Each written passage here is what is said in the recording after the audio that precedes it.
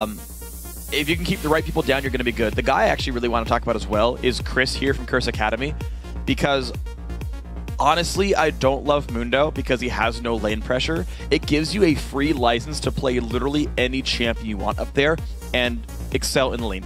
Yes, they lane swapped last game, but they eventually fought 1v1 later on.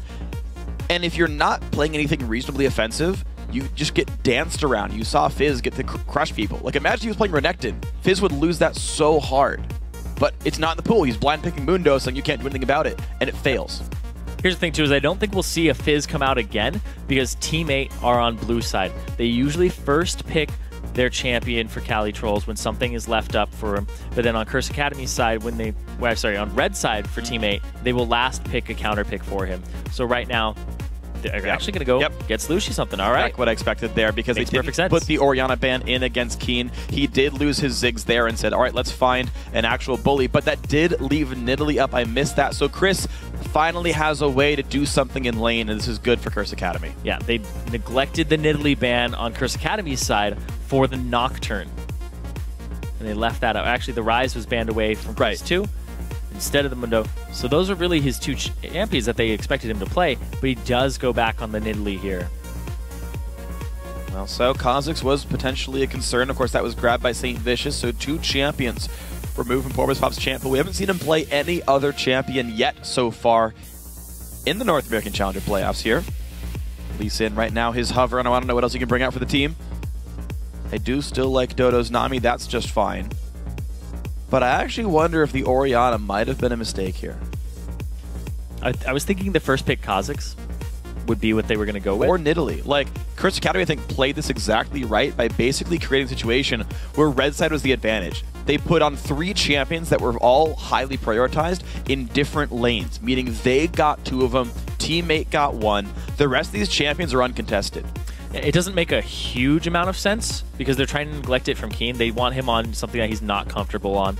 But at the same time, Slushie hasn't played Orianna yet this series, and he's been having good games on other champions. Well, he's not been allowed to play Orianna this series, though. Slushie is a good Orianna player. Yeah, he is. He is. Unless you get to create chaos by, you know, getting a good Fizz matchup, for example. Like, I don't know. I don't necessarily love Yasuo unless your team is set up to use it, and only last game did it look like it was actually going to work out here. So I kind of have to see what goes on. Gragas still might be the champion here in the top lane for him just because it'll survive the Nidalee matchup and potentially outscale.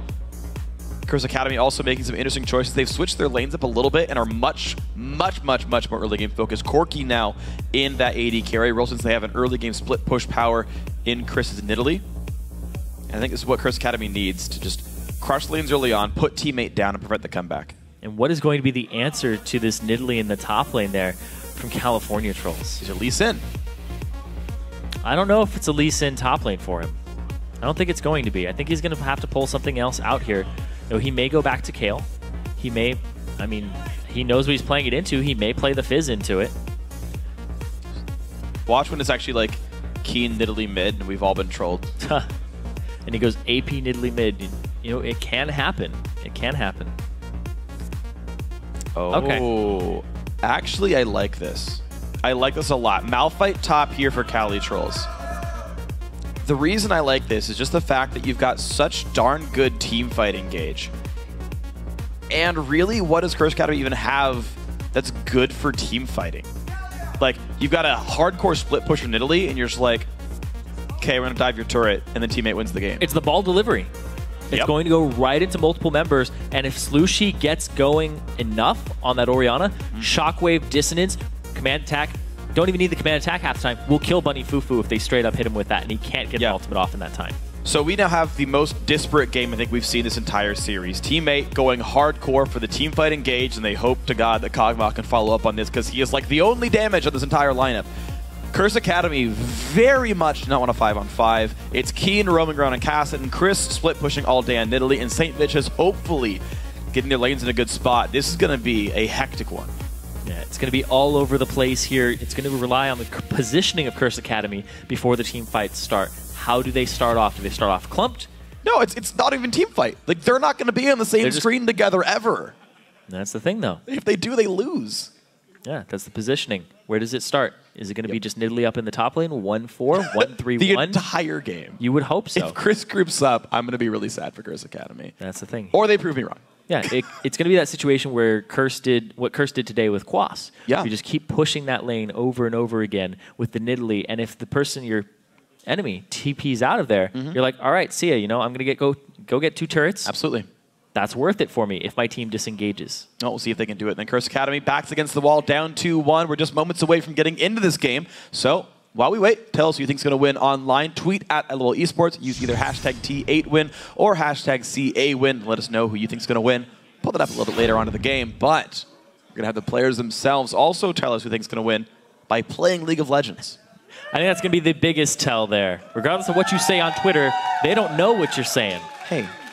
You're supposed to leave our people empowered. The Twitter voters are empowered here, too. But they don't influence the game. How do you know that? Why do you think we have... No. I don't know. Yeah. No, I had nothing to follow even up you there. can't I was back that hoping. I was hoping I had something. My brain didn't work fast enough. Why do you think crits are random? They're actually based on Twitter votes. Really? Yep. Is that why you get crits every game? Because you're more popular than the Olive Garden? Yep. That's why. Free breadsticks too. Maple Street's got to be careful. Pop the E. He's taking a lot of damage, though. The Twitter votes are with Maple, though, as he runs away. Javelin hits Dodo. And Chris is not going to get him. The slow being leveled up first from Bunny Fufu. It's a 2.5 second, 55% movement speed slow. At max rank, it's 5.5. It's a long duration CC. But it's going to lower their harass potential a lot. Like, the attempt for that kill is actually going to hurt them. Really help teammate. Yeah. It is a flash on cooldown, to be fair, so Maple Street is down a summoner. But here's the thing. Is Curse Academy impactful? Leveled up Valkyrie. Bunny Fufu leveled up his... I missed that. His Time Warp. They have no way to push this lane against Maple Street and Dodo. Dodo, he leveled up his heal. Yeah, he's Ebb and Flow. And then Maple Street leveled up his Void Ooze, so he does have his Wave Clear tool available to him. Yeah, that's reasonable. Yeah, teammate should have the... Should otherwise have a decent early lead. The problem is, though, his teammate is actually leashing the red buff here for Porpoise Pop. So while Lee Sin will get top lane really early to tilt the matchup, and Cali Trolls as well will notice that Chris is leashing for St. Vicious here. It's basically a bunch of knowledge gained on both sides now, but Porpoise Pops, I think, will have a faster jungle route. Yeah, he's going to get more assistance, and now missed a CS. Did Dodo get experience in that one? Can we click on Dodo, actually? Yeah, he got XP for the first melee, so Maple will not get level 2 off of the 3 melees in the second wave, but Dodo will hit level 2, I think, first of the wave entirely. That might matter then when a bubble comes out and kind of zones back impactful. And if they can push this wave out, and yeah, people really favoring that teammate right now after that game 2 and 3 performance. Well, I agree with what Jat said, which is like, look, once you get a win like that, the series is kind of swept in a certain way. Like, if you lose all your morale, it's kind of over. So there's a real big potential there. Slooshy trying to push in Keen. That Kassadin, 4.14 Kassadin. That's a 4.14 Orianna. She does much less auto attack harass, so could help Keen more than you might realize in this lane. At the same time, though, Orianna is kind of the counter pick to Kassadin. It was the assumed, yeah. It's the one that goes even, comes out a little bit on top early, and contributes to the team fights, and we'll have to see what they do with it. I know there were some players that were just so confident in their Orianna play that they'd let Kassadin stay up and bait it out and then pick it into it. I like that we're finally at a point where Kassadin's no longer perma pick and ban. Like 8 nerfs later, and a rework, or like 2. Yeah, but here comes Porpoise Pops and St. Vicious. They're both around mid right now. Ooh, good. And Slooshy, he's actually going to drag him back. But here's Porpoise. Saint's got to run away from this one. Pops the jump. Takes some harass back and forth. Slooshy out of potions. Now knock up there. The bubble. Onto Impactful. Good damage. Dodo trading exhaust now with Bunny Fufu. And that's going to be actually level 3 for both members of the Curse Academy bot lane. Maple Street hasn't hit his level 3 just yet. Yeah, he got to lane just that little bit late there. Finally 3 for himself. You know, they're standing on top of a ward. He actually sees where the back is. Throws the Void Ooze out to stop it. Good job there. He should be able to afford Doran's, though, so it's not the worst recall in the world. Actually, no. Ruby Crystal for himself and then some potions. Okay, so still wants to go towards Phage. Enough consumables, though, to survive the lane on the return. Maple's probably going to wait till he gets Vamp Scepter on the recall. So yeah, he'd probably go Bilgewater Cutlass. It's actually wait for that entire item. Mildly cheap item in that regard. Yeah, that's true. Ruby Crystal has no really that effective combat stats, so you can wait with this like quote-unquote item disadvantage and just farm up for a bit. And Dodo is doing a really good job because he's taking the Zillion bombs and then he like walks them out of the wave. Mm-hmm. We put them into the caster minions to try to like create a freeze or deny CS from impactful. Like that's part of the reason it's for CS and Bunny Fufu. Is you try to deny the AD carry gold.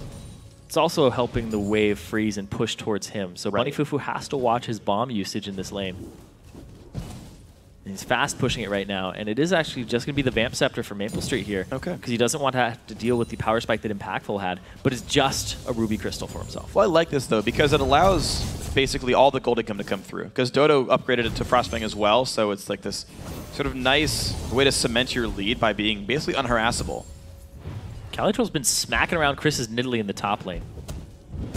Yeah, they're going pretty equal. The Malphite's working despite Nidalee being characteristically a lane bully. Equal CS on this wave.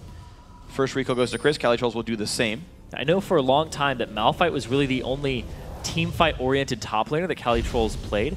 And it is actually the top laner that he played when they lost to Necrophantation because their damage output wasn't high enough.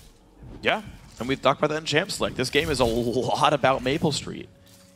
And he has been a consistent damage source, a risk-averse damage source, to be fair, but he's actually consistently topped the charts for damage dealt by Team 8. So this might just work. The fact that he's going late-game carries now could be enough for Team 8 to win the battles here. Nope, Saint sneaking into this bottom lane bush. This could be good. Level 5 on that Kha'Zix forces a flash from Dodo 8. Bubble's going to miss as well. That's a good amount of damage from Phospho Bomb. Yeah, Dodo gets chunked out on the return. Yeah, they walk it into the minion wave.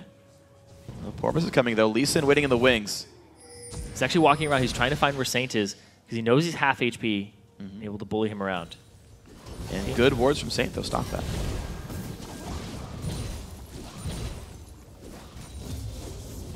Okay, so enough ward coverage from both sides. Looks like no ganks will now happen from these guys. Calitrolls again in battle with Chris. Level 6 on Nidalee. Does get some decent damage down. Breaks to the passive, but they are still trading autos back and forth. 3 points Q, 2 points E. Nothing in Brutal Strikes from Malphite. Yeah, doesn't want to push the wave. Yeah. At the same time, though, he does have just a Giant's Belt. So he didn't go for Chalice for Mana Regen or MR. True. Sunfire first. And he didn't even go for the parts of Spectre's Cowl against the magic damage source because he's more concerned with the physical damage. Yeah, the autos are a big source of Nidalee's early damage output here for sure. Interesting to note, by the way, as a random factoid, if you actually care about your ground slam damage, getting a second point in it is worth more damage than getting a point in Brutal Strikes and activating it for the bonus armor in, I think, basically every case. So, if you care about your burst damage, you actually ignore W. For all those Malphite players out there. Yeah. All, yeah, Malphite players. One in the house. Just one. Oh! Impactful. Loses his summoner heal again. The exhaust rated out by Bunny Fufu. Dodo didn't use his, so a summoner spell lead now here for Team 8. And that 2-on-2 is working well, and they're fighting a lane bully in Corki, and yet winning this matchup. And those guys got a gank from Saint, so I am very impressed by Team 8's duo lane right now. Dodo can't really walk up to deny the cannon minion because they have to back off because Keen walked by that pink ward. He's still not going to check it. Aww. He's not going to check for it. I don't know why Keen actually didn't go all the way down. Like, there was no one around, actually. Yes, he backed by a ward, but, like, you can stop the recalls, push your team down, and actually go for something there. I was surprised he didn't finish the roam. Yeah, he's trying to stay in this mid lane and stay up in CS with Slushie. This top lane, though. The key bit is staying up in CS. Yeah, Chris is actually crushing Calitrolls right now. 62-40. It'll be around 45 by the end of this year. And look at that harass. I mean, Chris is really doing well. Chris Academy now going hard for this one. Porpoise Pops shows up mid a little bit too late. Slushie says, this dragon's dying, guys.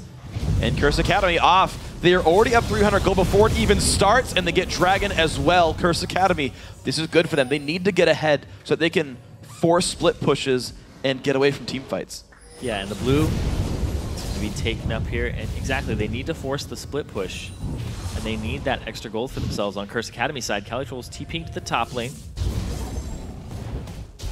Now he's going to just push out Chris. Meanwhile, teammate can start applying pressure to this mid turret and try to get an answer for that dragon that they gave up.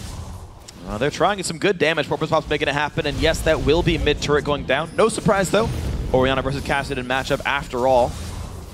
A couple of words come down. Porpoisepops did rush Sightstone, by the way. His first Sightstone of the match. Oh, damage on a Dota though. Keen, plenty aggressive here. Does dodge the bubble.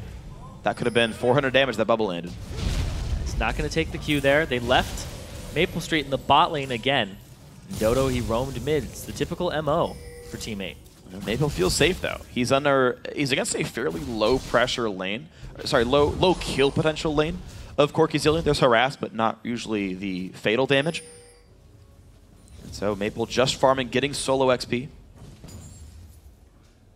And with E and R, he's actually pretty safe to last hit from range as well. We're going to have Dodo rejoining him though. So he's going to be even safer in this matchup.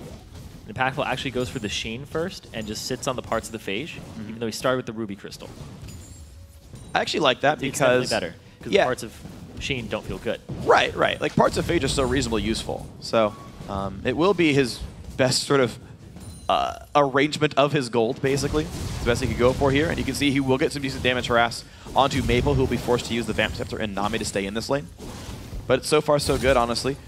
Top lane is absolutely crushing. There's the engagement. Chris pulled aggro. He's going to go down to the turret. A mistake from Chris means first blood for Calitrolls. Calitrolls playing the Malphite, still very aggressive. Chris, a little too overly aggressive there, took the turret aggro, and he made him pay for it with the ultimate. Look at Slushy a little too far forward. Who flashed away from the slow of Keen, though. Saint still in the chase. Two-man shockwave, but that's another slow coming in. Keen gets the kill. The trade back there from Curse Academy. And that's actually going to be St. Vicious evolving his W for the extra slow, which helped them get that kill. Yeah. Got multiple rotations of that spell off. Was able to keep him slowed and away and stop him from getting away. But now they're going to continue to pressure this mid lane here. It's only Porpoisepops. Well, that's the thing, though. He can't really defend easily on Lee Sin. Calitrolls getting free pressure in the top lane. Chris will not teleport to it. Saint clears away one of the defensive pink wards of teammate, and Curse Academy are in exactly a tied game right here. Again, they have very different goals with their mid games. The early games have gone the same. And actually, Bunny Fufu roamed mid, and that leaves both Maple Street and Dodo to pressure this bot lane. And there isn't going to be much help for it for a while here. St. Dish is going to have to walk down there. But at the same time, Porpoisepops is en route. Yeah, it's just going to be impactful for a little while. Well, interesting. Thing is, though, that's going to be him getting wrapped on. Dodo goes for the ult, does not quite block the Valkyrie. Porpoisepops flashes in, flashback from Impactful, lands the Q, doesn't chase though. Trade of flashes. This bot lane turret sure to go down. TP just killed the turret. Wasted teleport from Chris. No reason to do this at all. He's right in front of Calitrolls too. Here comes Saint though. No slow. So they waste the teleport. Chris, a little too late on that. And the good focus there by Team 8, but another big thing was the kick back, just a couple pixels to the left, a couple pixels short of that. So Impactful, good flash. Yeah, exactly required. It was the right choice to realize the kick was going to happen.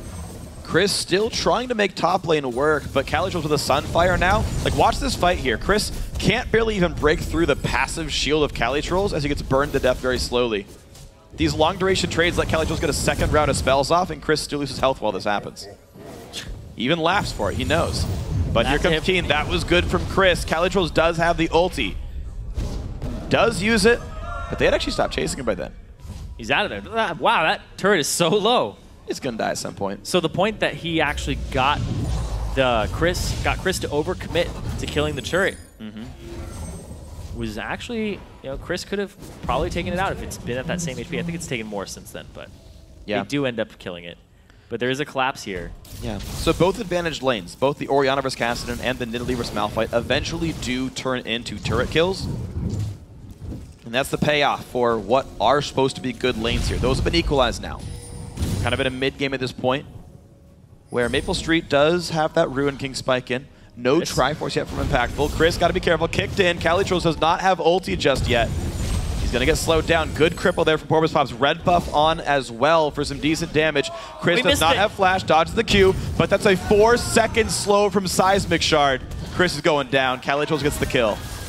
Calitrolls 2-0 in that top lane. Look at this. The pressure from Keen in the mid, trying to keep Slushy down, and now Saint here to push the wave a bit. So really, though, Curse Academy aren't being held down by the fact that Cassidy is supposed to have a bad lane matchup here. They kind of escaped that early game, and it's on to the point where they can realistically roam pretty effectively. So I think we're going to start seeing a lot better plays come out of all these individual performances of Curse Academy, and it's going to be up to Team 8 to try to survive this situation. Here's the thing is, you did get that matchup in the mid lane, and Caston's going to keep scaling up. But this top lane is just going in the worst possible way it possibly could have for Curse Academy. Chris 0-2 as Nidalee down in farm against the Malphite. He's not in a position to effectively split push at this point in the game. Team 8, on the other hand, Calitrolls, he's in a great position to join fights with TP and set his team up for success with his ultimate. They are on on very different spikes right now. That's true. If he actually does hold down Chris one-on-one, that's a gigantic win condition for Curse Academy, just completely nullified. And it still gives room for Team 8 to make plays. So that is something to watch for. And you're right, yeah. Calitrolls has done well in the 1v1 so far. So big risk for Curse Academy. Now it's kind of on the bot lane and Keen to make things happen, maybe. It looks like he's going to go and get himself even more armor. And I think it's going to be the Iceborne Gauntlet. I think Calitrolls in the top lane. Yeah, Sunfire, Iceborne. Very, honestly, pretty good at dueling with a build like that. Yeah, he's going to have a lot of cooldown reduction, ways to stick to this Nidalee if he times it correctly between his Seismic Shard. He even has wave clear without spending too much mana. He'll eventually get to that point, though. Right now, he's still just flexing, bullying Chris. What can he do? Look at how far away Nidalee has to run there. The slows are strong. Chris still taking damage. Calitrolls now 3 points in Q, 5 in E, just crushing him back. And the Seismic Shard, of course, such good wave clear. Wow, he's really going to dive this. Chris still running away. Knocked in the air, takes a heal, but Chris has basically nowhere to go. Calitrolls thought he could win this. There's the tidal wave. There's the Q. Revive comes in from Nidalee, and now there's St. Vicious kicked back. Knock out the Bunny Fufu. Chris will get away, but here comes Keen. Team 8 overcommit, and they allow the roam to happen, and look what happens. 3 kills to Curse Academy for a spread out fight. Way too overcommitted to that fight, way too aggressive. They went under a turret, and then they kept going, and Bunny Fufu showed up for the save. Keen showed up for the extra damage. Saint, still in attendance. Slushy, not a part of that at all. He was still farming the mid lane. Yep. Well, Caston's going to be better at leaving lane than Orianna, certainly. This is a big boon, though, for Team 8, or it used to be. Because Calitrolls is able to do this to Chris, to push him all the way back. This is a Nidalee. This is a champion that is constantly banned because it just 1v1 so well. And the fact that Calitrolls is set up to pull off this type of move, Bo5 gets in there. Ends up killing him, but it's right at the time. And he has to kick Saint away. Can't wait for Chris, because they have to retreat. They are in full reverse here, but Keen shows up and cleans up both Porpoise Pops and Dodo. Yeah, this honestly made no sense to me, though, because they don't need to win 1v1s to win the game. I mean, yes, taking advantages is nice. If you can get kills, why not take them? But to try that hard and ignore the fact the enemy team could be showing up is completely disrespectful and honestly rightly punished by Curse Academy. And they're going to the source of the split push. They seem to be wanting to pick on Chris. He's the only member of Curse Academy who's actually died this game. He's died twice. Yep. But Curse Academy looking like they got signs of life. 1,300 gold lead still for themselves. The roams have worked. Keen is 3-0. We're going to watch a bot lane fight, by the way, that happened during our previous engage. Impactful chunks him out with a good phosphorus bomb, and it just throws bombs at him. Damage. And boom. Yep. That is why Triforce First is a very strong item for 80 carries. Ruin King doesn't do much unless you're Vayne in an 80 carry duel, so. Yeah, the fact he rushes that first every game on Kog'Maw delays his first item power spike. Yep. It's a very strange build because I think I've talked about it enough already. It's personal safety, I guess, but like it's not. He just died. I know you lack the movement speed. Yep. And the HP. It's not a good It's not a good build against another AD carry. You're not going to get a lot of damage out of it. It's okay if you're going to go into the basically trifecta items of Ruin King plus Eye Edge plus Phantom Dancer. Then you're just like, great, I'm just going for the quick 3-item spike. But he also got himself Merc Treads so that he can deal with the long duration slow from Zilean. But that's about it. That's it. He's been buying a lot of Merc Treads this tournament, actually. It's one of the only AD carries I've seen. I think this is his 3rd Merc Treads in, what, like 7 games or 8 games here. So really favoring that item a lot recently. It does fit his style. He's pretty risk-averse and pretty sort of methodical in his play. Hoping to get away from CCs and whatnot, but we'll have to see if it's going to pay out. It is a loss of damage. It's 25 attack speed he could have from Zircgreaves. Impactful, more auto-attack focus, though. He did not go Sork Shoes on Corki. Instead went for Zircgreaves here himself. They put Keen in the top lane, but that's going to put Chris and Calitrolls back in the bottom lane. They want this matchup on Team 8's side, because Calitrolls just keeps winning it. And honestly, that's fine, because it puts him right next to the dragon that comes up in a minute. There's no turrets to kill, but it's not the split push power. It's just waiting for team fights here. Oh, they're trying to collapse. Well, that's a dead turret. That's right there behind. Saint does get spotted out by a Q. Chris now bullying with his Triforce here. Look at that jump in. Calitrolls half health. He's got to respect the fact that Curse Academy can roam down so easily. And there's 45 seconds on that dragon. Maple Street, he's pulled down from the top lane alongside Keen to go back to the mid lane, so they are around the vicinity. Well, let's see what we're going to get out of this one. Iceborne Gauntlet now done for Calitrolls. He will be even better at dueling Chris. I think the matchup flipped one more time with that item coming through. And it'll make Chris have to respect him a little bit more. But the fact of the matter is we need to really watch kind of the 4 guys in the middle. It's Slushy, Maple, Keen, and Impactful. I think those are the people that are the players to watch. That's where all the action's going to happen. How good are Keen's roams? How high is Maple's damage? And the people who oppose them, basically. Okay, here's the thing. Is this team fight is about to happen, or at least it looks like it might happen. Curse Academy, they don't want to go to the dragon. They want to stay by this mid, and there it is. Oh my god, the random pick. Calitrolls with the ulti takes down Bunny Fufu. And that means dragon for Team 8. Remember when I said at Champ Select, if he gets knocked up, he's not going to have time to even use his ultimate. Yep. That's exactly what happened there, because he's extremely squishy. And Curse Academy, they want nothing to do with these fights because it's the Malphite ball delivery system. And Slushy has been doing pretty well for himself. He is the highest CS in the game at 240 at 21 minutes. Yeah, he's been completely untouched, basically. Yes, a couple of ganks have come through, but he has been farming like a madman, hoping to just push a gold lead and keep Keen down, keep him pushed in. Still a 3-kill cast him, though. Watch that fight again, just waiting over the brush. Boom, smack. And he's gone. Yep. Just the one ulti, some auto attacks, and down he went. Didn't even get to touch the ground. True. Well, after he died, he just kind of his dead body face-planted. touches the ground, yeah. I think a Zillion normally doesn't touch the ground in the first place, so how does Malphite even deal damage to him? Blowing my mind. He knocks him even further up. Weird. You think he'd just like fly down gracefully. I guess he loses whatever keeps him hovering and he just splats. Aw, poor guy. Teammate, though, now up 300 gold off that pick and the dragon. The difficulty, I guess, that there's not a lot to team fight for, which is the weird thing. They've already taken the 3 outer turrets off of these lane matchups. The dragon's off the map for another 5 minutes. There's a lot of time for Curse Academy to wait around and sort of scale. The difficulty, I guess, also is that not a lot for Curse Academy scales up that hard. It's kind of just the Cassid, and everything else I feel like gets outscaled in the role in any of the meaningful ones here. Mid lane turret's going to go down. Nice play by Curse Academy. Just playing off the recalls of Team 8. And now they're back at lead 600. I think Team 8 are going to start to group up more and more and keep themselves more centralized and just have Calitrolls answer to Chris wherever he is in lane and then wait for the 4-on-4 and then make it a 5-on-4 or 5-on-5. Because Team 8, they should be more than happy to take these team fights. Honestly, yeah. But as long as they can find them, that's the really big thing. Curse Academy typically playing well around them. In fact, most of their team not even catchable. Chris, Saint, Keen, and Impactful all run away fairly quickly if they get spotted out. These wards from both teams are actually just hyper-aggressive wards. So wherever the action is going on. Yeah. Teammate have really good Baron control right now. Chris getting bullied around. There's the power spike we talked about with the Iceborne Gauntlet. Yeah, Calitrolls is really crushing this matchup right here. Is he going to use Sword his ulti? shoes are done as well. He's going to wait for Chris to hop. Ooh. Oh, he could have, but he didn't know where anyone was. That was smart. That was Calitrolls learning his lesson from last time, not throwing these leads away.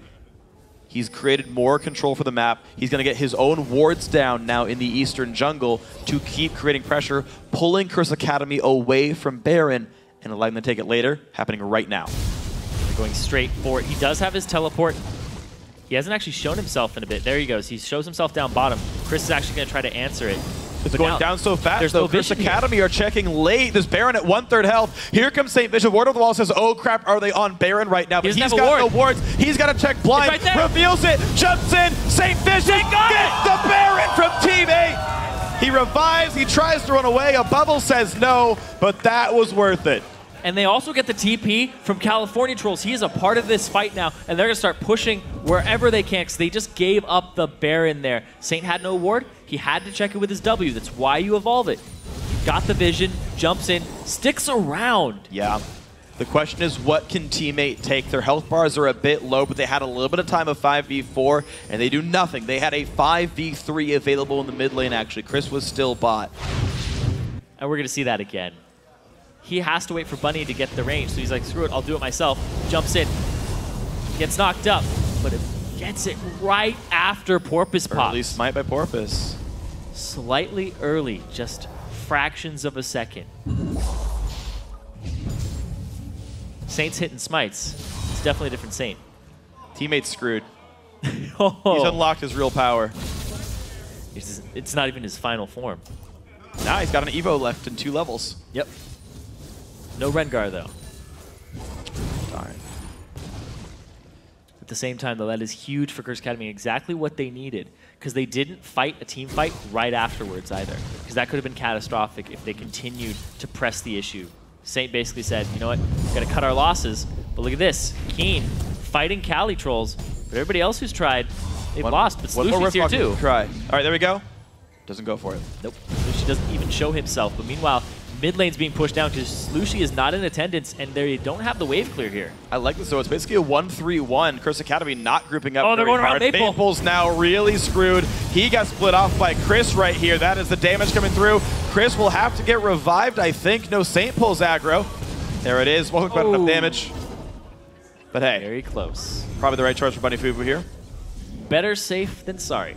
Baron regen definitely saved Chris. True. Okay.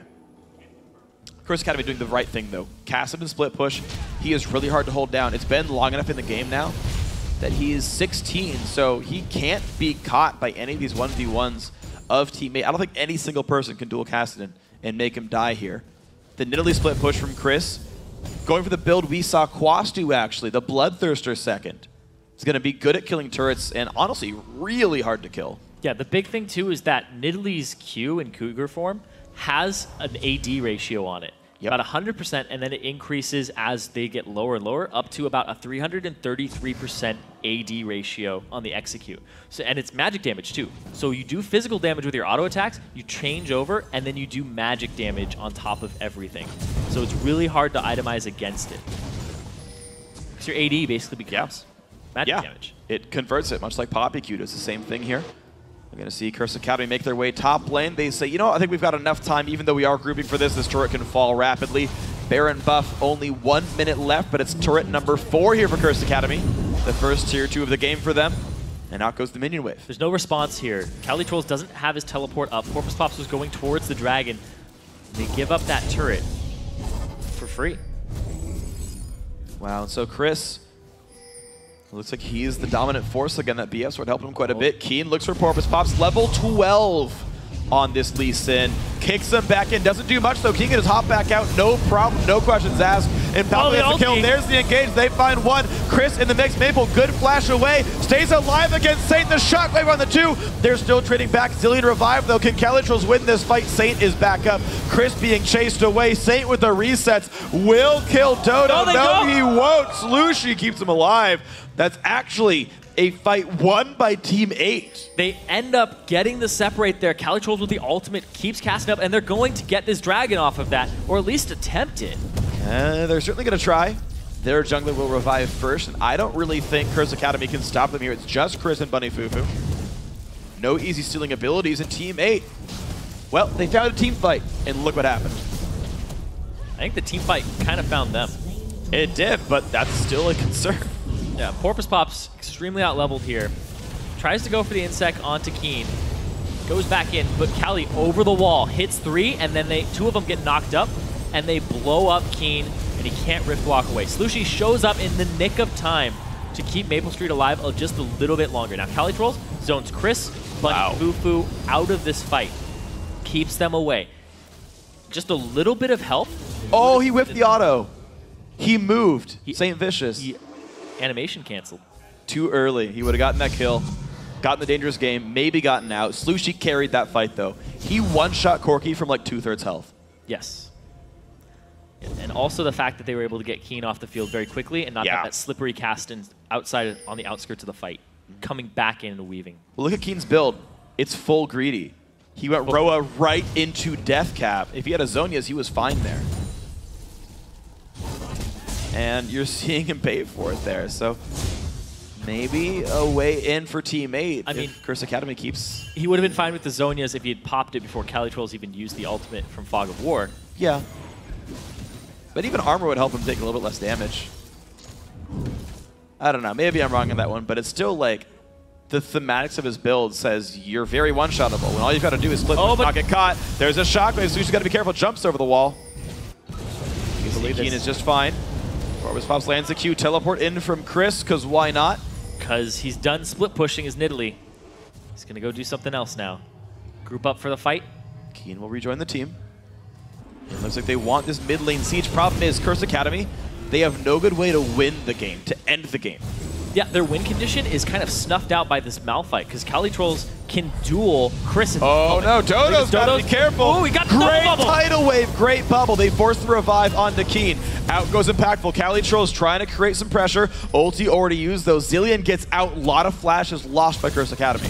They just get the support Dodo off of Team 8, and now Chris is actually going to try to push this bottom lane as fast as he can. They got him! 50-50, won by Slushy. That one wasn't 50-50 if he's timing the back once again. Nope, won the lottery there. $128 million won by Slushy. Look at that. Cali Trolls just tanking this turret down. Maple Street shows up to help him out. And like we said, Curse Academy. Porpoise Pops kicks one back. Ward hops just in time. Chris actually flashes for it. Gets the kill. Curse Academy, they're trying to go back to their win condition of split pushing right now because they aren't getting a response yet from Cali Trolls. He's the one who's been stopping the split push all game. And when he goes mid, it frees up Chris to do what he wants. Oh, they're trying to go after Slushy. Speaking of doing what they want. Shockwave gets Saint. The heal comes through. Slushy gets the kill again. Hey, man, the first pick Orianna, I said maybe not the right choice. No, it's the right choice. No, Slushy excels on all these different types of champions. The fact that he's playing the Orianna, the Ziggs, the Yasuo. It's, like I said, it's pretty much impossible to ban him out or ban out something that he has a good showing on. He's very versatile. Wow. Baron pressure for teammate. Out goes the ward. They actually go on to Baron right now. St. Vicious is dead for 20 seconds, and all teammate wants to do is bait a 5v4. No ult for Slushy, though. Damage on the Dodo. They don't slow down Keen much. Baron deals some damage. Out goes teammate. Cali Trolls does have his ultimate. Dodo is chunked down very low, but here goes Porpoise Pops on the side. Not going to try to make a play just yet. Porpoise is only level 13, taking a whole bunch of damage from Keen, forced to ward hop away. Baron still taking damage. Saint is now alive. Cali Trolls, can he find and engage? Chris. Smart. Got him. Got us. Yep. Made him look at him the wrong way. That's a cooldown lost. So Cali Trolls, he had his ultimate available. Slushy didn't have his up just yet because he had used it a moment ago for the kill on Saint down bottom, but now it's back up. They're ready for this. Curse Academy, they kind of get sucked into this power vacuum on the Baron, and they're saying, we got to go do it. No, they don't. Oh, Tidal Wave comes out. Impactful stuck in the Baron pit. Can they go? Porpoise Pops dies, but they find Impactful. He drops. Saint goes in, but is immediately exhausted. Takes a zillion. Shockwave catches 3. They pick up 1 plus a revive. Chris, 1 hit from dead. Saint trying to mop up. Can't do it. Slushy, 6-1 and 3 here. Almost stepped on a trap there for a second. It was very close. Chris? Oh! Slow poke. What? At the same time, though, that fight, like I said, they section it off, and you see Saint go off to the right. They try to focus down Porpoise Pops, but that leaves Impactful in the pit, and they go straight after him. Single man ulti that, and it's just a command attack dissonance. The exhaust onto Saint, pops the revive, and they get a 3-man ultimate there. I think that's There's 2. Chris jumped in. Looked like it. Willfully. Saint gets taken out. That's like the second time that's happened to him. Yeah. Where the person right in front of him for the reset is just so close to dying. Slushy is doing great. 6-1 and 3 in these team fights. Turns out they don't need Maple. They need Slushy to crush faces and get 360 CS in the 34-minute game. 4 items done, 1 slot left. Actually had about that CS at the 31.5-minute mark. He just hasn't been able to farm for the last couple of minutes because they've been contesting objectives. He's been farming champions. Yeah. That counts too. 6-1 and 3. Yep. Tied. Respectable scoreline. Tied for highest kill participation on his team. And lowest death participation. Yep. Calitroll's also holding both of those honors for himself. Gets the Abyssal Scepter. So now he has a build that increases his own damage. He also has double resistances, so he can deal with Chris. Yeah. In both types of damage. And I think he might be going for Spell Penetration next. I like this build because it makes him durable enough to not die. He's already, by bursting out a Corki, removing some of the damage in the field. He's just durable enough to withstand the Catherine and Italy, low persistent damage threats, and yet still putting up enough threat to remove Corki. He doesn't need to do any more damage than that, just enough to remove Corki. It's really nice. Chris is pushing that bottom lane. They're just trying to buy time for it, stall it out, and stop teammate from getting there. Chris is actually trying to run away. He's going to run by some turrets, but he's pretty quick. Yeah, and this is actually very smart. They're not taking any time to chase Chris down. There's more important things to do. Chris Academy try Baron, and they realize why chase Chris. More better things to do. Bunny's going to go down. He's Impactful dies. Shockwave does not quite catch Keen. He Zodias though. Bunny gets out, but the AD carry and the mid laner both go down 2 for 0. Now top lane's being attacked. Calitroll's will teleport to defend this against Chris. St. Vidge is forced to run away. Really the only route that they had, and now the Baron going straight down here from Team 8. They're going to pick themselves up an objective off of this and a gold lead as well as those temporary combat stats. And now they stop the split push. They won a team fight that Curse Academy picked. Yep. Team 8 basically showing up at the Baron that Curse Academy thought they were splitting their team off of. And again, smart by Maple to turn back around, ignore Chris, and Curse Academy need to be in a spot where they can disengage from that and let Chris hit turrets. That is not happening. Team 8 are getting their way in on these fights with the Malphite ult, with the Orianna Shockwave, and I'm so impressed by Calitroll's because he's balancing holding Chris with engaging fights perfectly the entire game. And here's the thing too is that last fight that we saw, Bunny Fufu had a lot of pressure on him. They start focusing him down, pops the ultimate on himself, Calitroll's simultaneously flies it Impactful and ends up blowing him up during the CC. I believe they get Keen very, very low as well, but the fact that Bunny Fufu had to make the decision, I have to ulti myself, I'm just way too squishy, and I was caught out of position, was terrible. There's actually a couple mistakes I'm seeing here from Curse Academy's builds as well. Still no Aegis, despite facing a Magic Pen Burster, which means Aegis is super useful there. And Muddy Fufu still goes for the Morellonomicon instead of getting like a Mikhail's or helping get the Locket in, or even like going YOLO face the mountain for a shield or something, just keep his teammates alive. You're seeing Calitroll's be able to one-shot people, forced to run away now, ults out. TP coming in. The slows are massive though. Kassadin shows up, more damage being dealt. Calitroll's gets picked off by being isolated. These teams keep playing to each other's win conditions. Dodo forced away, still though on the chase. There's a minute on his respawn timer too. Slushy and Maple Street were both near that bottom lane, nowhere even close to that team fight, which would have been a 3-on-5 if they had picked it for themselves. So Curse Academy, they take advantage of the situation where Calitroll's is just too deep inside of the jungle. Yeah, you can't isolate yourself against a team this mobile from Curse Academy. Now the same thing might happen. Maple, thankfully, is defense here for Slushy, but Keen would have gone for that 1v1. And like you said, both the teams are kind of playing to each other's win conditions. Look at Keen into the wall. Flasher going to Keen, but he just rift walks away. 3-second cooldown, not even a concern here. yeah, touching more on the fact that you were saying they were playing to each other's win conditions. Curse Academy, they're grouping up for team fights. Horrible team fights in comparison. Team 8, they're spreading themselves thin. Cali Trolls gets picked. That's exactly what Curse Academy want to do, so they can split push and that they can just blow somebody up without having that team fight. And they took off their primary engage. So when you know a team fight's not going to happen right after you pick Malphite off. Yeah. So teammate trying to fix that now. You saw 4 people go to the bot lane just to clear a minion wave, get map control back in their favor, clear away a camp, and wait for Malphite. Every ultimate just about to be back available. Teammate's going to look all right here. They're not off the map, but they can definitely play Siege. Kog'Maw, a decent turret killer with his range. And there's enough shields and heals to keep Cast and Harass from mattering. The Twin Shadow is also completed for Dodo, so he's trying to catch people and also be more relevant in team fights too, because that is a great tool for them for picking people off or getting the stragglers of a fight.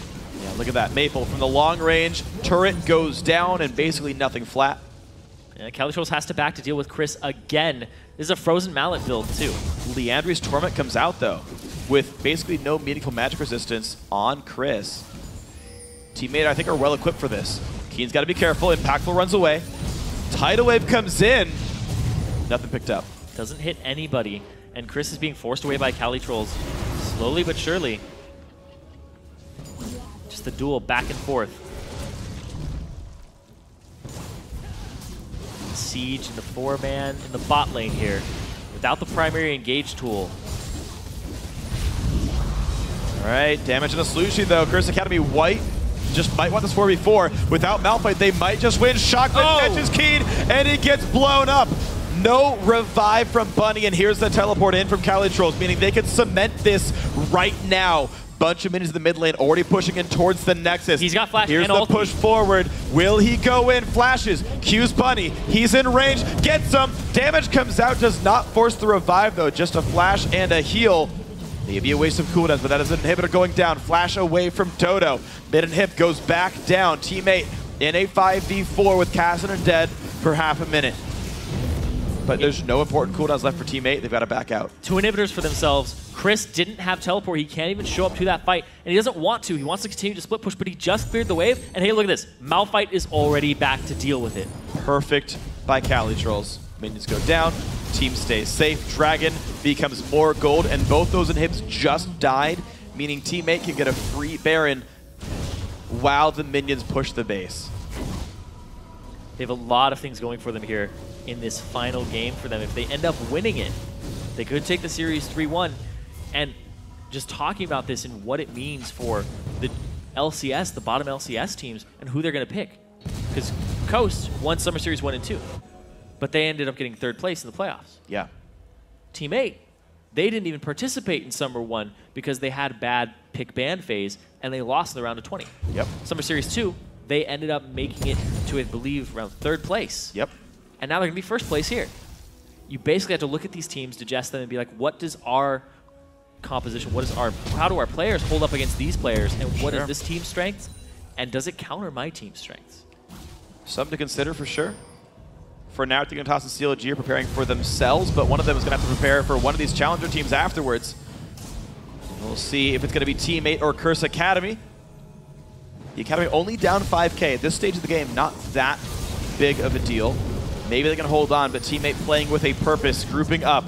Top lane now the target. Chris is split pushing in the bot lane. He's doing what he can to create pressure. He's just not pushing fast enough to make things happen. He can't. There's super minions there. He's pushing against a huge wave.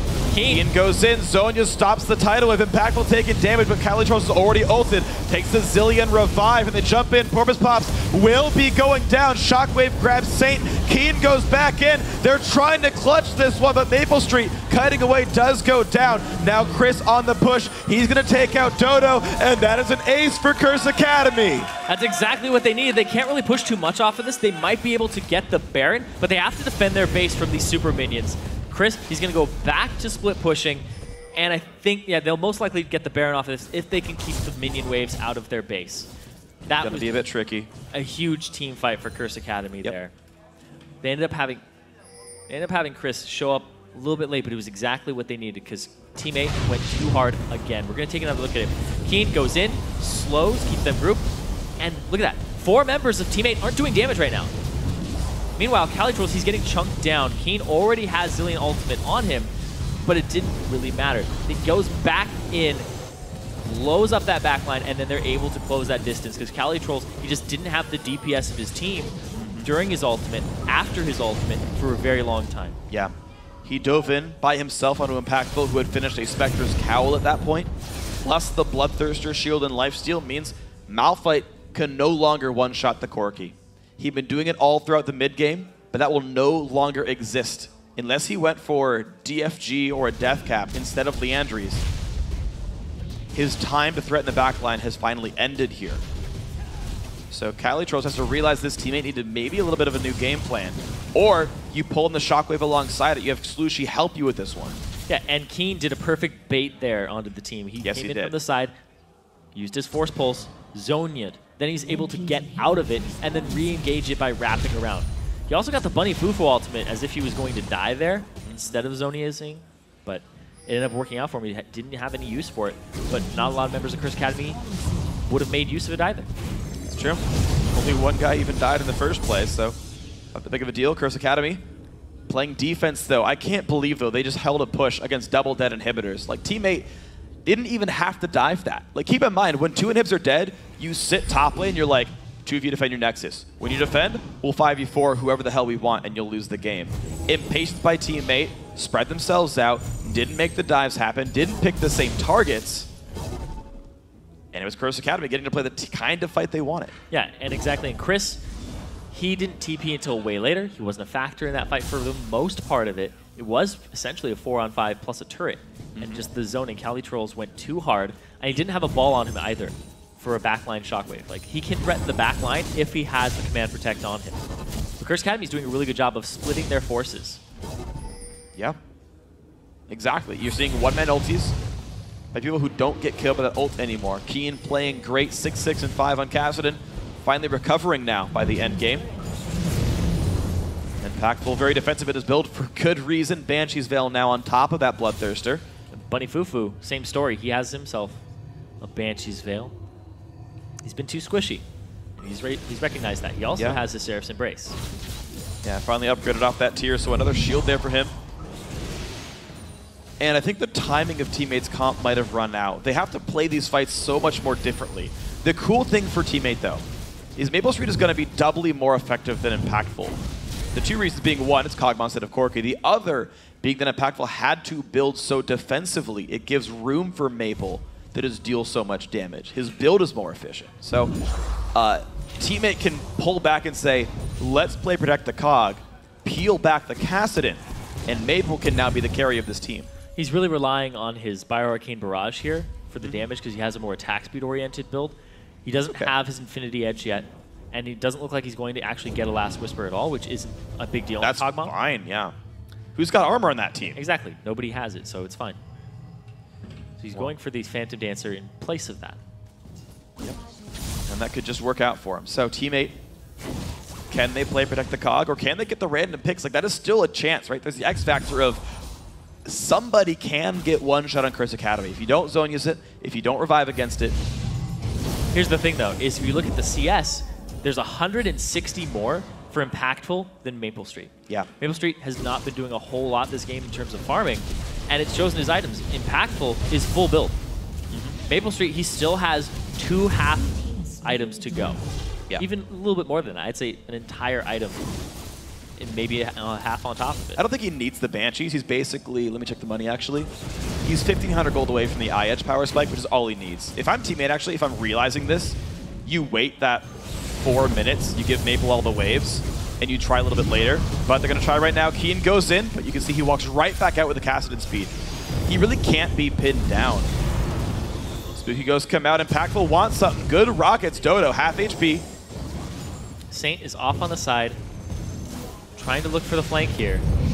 Keen goes in. Good zones by him. He can rift walk out. Can they stop him? Bubble doesn't do enough. There's the tidal wave. They go in on this. Chris is now separated. He's trying to run away. The revive forced onto Keen. Calitroll's got to be careful though. He gets jumped on. Saint's going to go down. 1 versus 0. This is the team fight. Keen drops. Double kill for Porpoise Pops as the top laner falls of Calitrolls, but they can keep going. Oh, the shock Beautiful shockwave from Porpoise Pops, and maybe they could do a bit more. Chris forced to run. He is trying to escape the flash dissonance as Lucy gets the kill. This could be the 3-1 for Team 8. They're going to start pushing down this inhibitor, Phreak. They have only 2 turrets in front of them and Victory and taking this entire thing. But they're going to go for the second inhibitor because they don't have a minion wave just yet, but it's arriving now. And they turn around, they stop on the inhibitor. Only Impactful and Bunny Fufu are alive. It's not going to be enough. Teammate trying to stop him back. There's the revive. This is going to be a kill in a couple of seconds here. They're going to try. They're going to. Dodo does fall. Porpoise on the chase for Bunny, but still 20 seconds on the revives. It's too long. This is going to be enough. That's going to be GG. Teammate with the Malphite top, the Fizz top, and a bunch of other fun stuff. Take home the Challenger Championships. A team that didn't even participate past the round of 20 in Summer Series 1. Favorites for Summer Series 2. Didn't have a good showing against Coast. Come here into the playoffs. Go 3 games in the first round. Almost lost it there. Come up 2-0 Team Coast. Yep. Get revenge. Come all the way here against Curse Academy. They solidify themselves a spot. They bring out the top lane carries. They adjust their strategies. And they end up taking Summer Series playoffs. Well, that is it, guys. Team 8. We will be seeing them in the North American 2015 Spring Promotion Tournament in about a month. Whom they will face is up to the other teams. We'll have to see who the opponents are. Of course, Curse Academy, you're going to see those faces again as well. They secured top 2 in these playoffs. They're going to be in there as well. It's up to Complexity, Evil Geniuses, and either Counterlogic Gaming or Team Dignitas to figure out who's going to face whom. Might see some new faces in the LCS next season. Yeah, and aside from some champion select things that happen occasionally with Team 8, like sometimes they just flat out lose a champion select. Sure. I don't know what causes them to do that. They do seem like the strongest challenger team in terms of versatility and what they could bring to the table in champion select. So if they get, like, I don't know if they have a manager or an analyst or somebody who can set up these types of things for them. Sure. But I think that they have a lot of skill and that they could make it to the LCS.